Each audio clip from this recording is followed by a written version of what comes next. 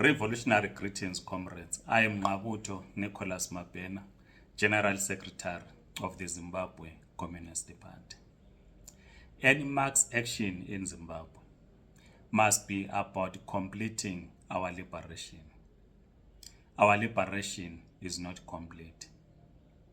45 years ago, on the 18th of April, we celebrated what we called independence.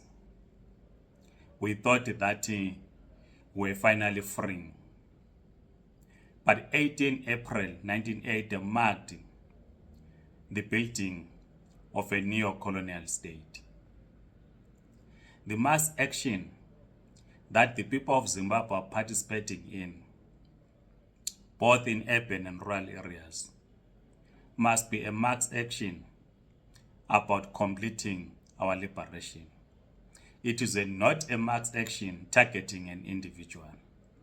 It is about completing our liberation as the people of Zimbabwe.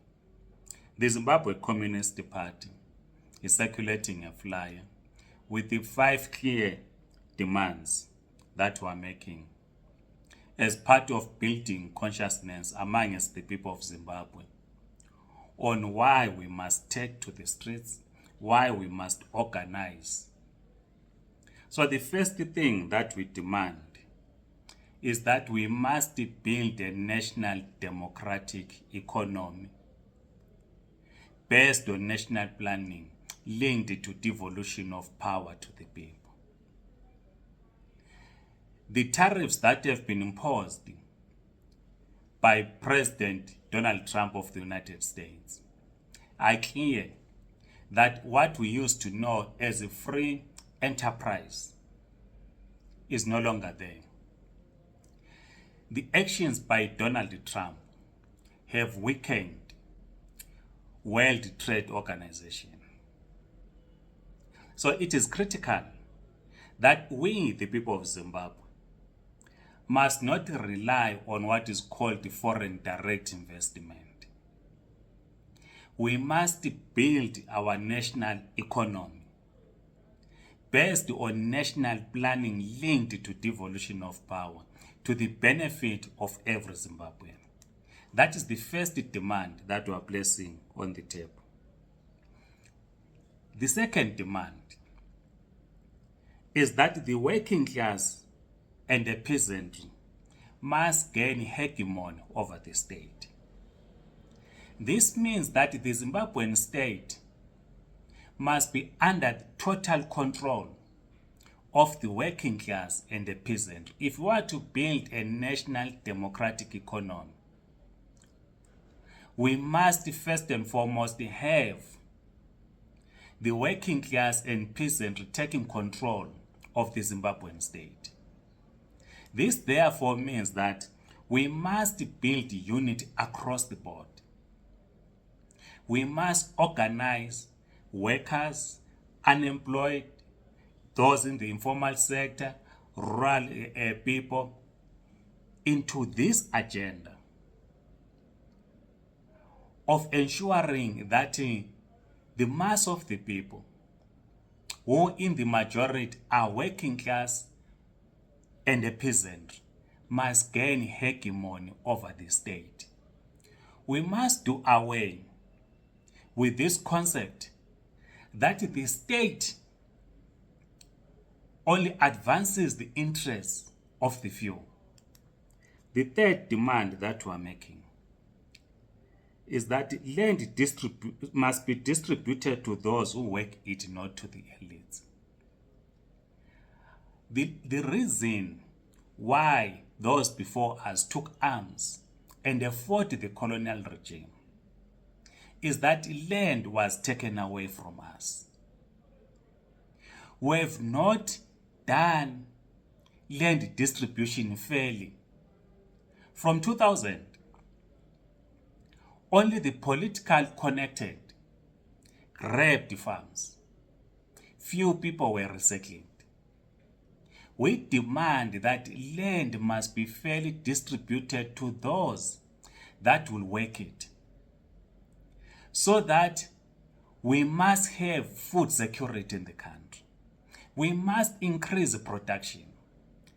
without production on the farms, without people working the land, without land being distributed to those who work it, we will not be able to have secondary industries. So it is critical that as we take to the streets, we are very clear that we want land to be distributed to those who will work it. The fourth demand we are putting across: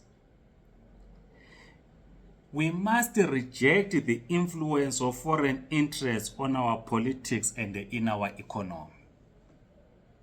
We reject this. We know that the opposition from 2000 has been a puppet of the imperialist forces. We note that with the changes in the United States, the ruling party ZANU-PF is building a strong relationship with the American administration as led by Donald Trump, replacing the opposition as the puppets of the Trump administration, puppets of the imperialist forces. We must therefore reject any influence by imperialist forces, by the West, in our economy, in our politics. We are not saying, and we want to underline this and we'll be very clear, we are not saying we will not work with capital to rebuild our economy. That's not what we are saying. Because essentially building a national democratic economy requires us to work with international capital. But international capital must work with us in our own terms, not in their terms as has been happening. International capital must come in our terms. They are coming for our resources, for our minerals, for our timber, for our tobacco, for our cotton. And we are saying this must be done in our terms, in the interests of the people of Zimbabwe.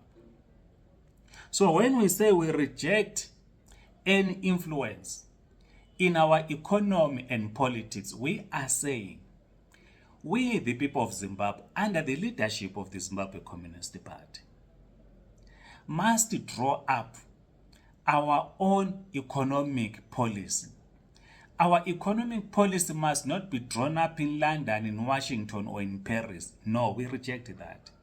It must be us, the people of Zimbabwe, then enter into partnership with those who want to do business with us.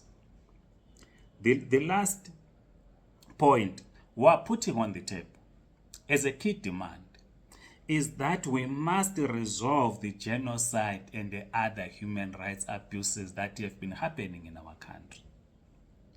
The ZANU-PF regime, which committed a genocide, by the way,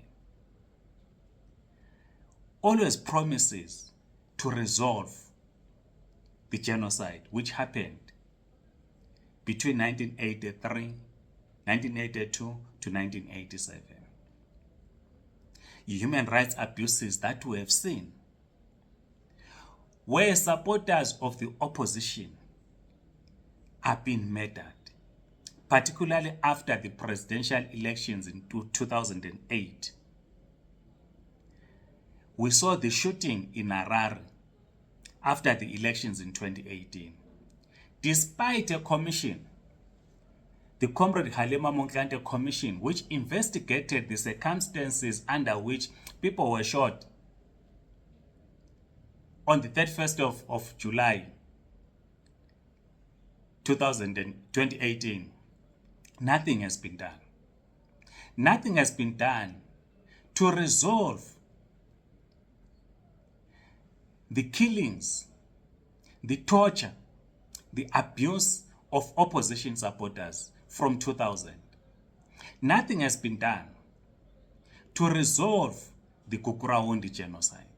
So we are saying the fifth key demand is that we must resolve the genocide that took place in Zimbabwe. We must resolve the human rights abuses that have been happening, that continue to happen in our country. As I conclude, if you are taken to the streets, whether you are in support of the March 31st movement or any civil society organization in Zimbabwe, you must remember that by taking to the streets, you are not demanding the removal of an individual only without collapsing the system, because it is dangerous to remove an individual but continue with the system. We draw lessons from 2017. In 2017, we removed an individual, but the system continued. So these are the 5 priority areas that all of us must demand. 1, build a national democratic economy. 2, the working class and peasantry to gain hegemony over the state. 3, land distribution to those who work it, not the elites. 4, reject the influence of foreign interests on our politics and economy. 5, resolve the genocide and other human rights abuses. And we underline land distribution to those who will work it, not the political elites. Amandla, comrades.